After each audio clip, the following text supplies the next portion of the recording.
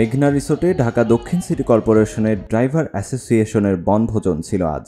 ঢাকা দক্ষিণ সিটি কর্পোরেশনের ড্রাইভার অ্যাসোসিয়েশনের এ বনভোজনে অন্যান্যদের মধ্যে অংশ নেন জাতীয়তাবাদী শ্রমিক দলের অন্তর্গত ঢাকা দক্ষিণ সিটি কর্পোরেশন শ্রমিক কর্মচারী ইউনিয়ন সভাপতি মোহাম্মদ আরিফ চৌধুরী এবং সাধারণ সম্পাদক মোহাম্মদ বেলায়েত হোসেন বাবু, সাংগঠনিক সম্পাদক মোহাম্মদ কামাল হোসেন, কোষাধ্যক্ষ কাইয়ুম হাওলাদার, প্রচার ও প্রকাশনা সম্পাদক আব্দুর রহিম, সহপ্রচার ও প্রকাশনা সম্পাদক সহ অন্যান্যরা।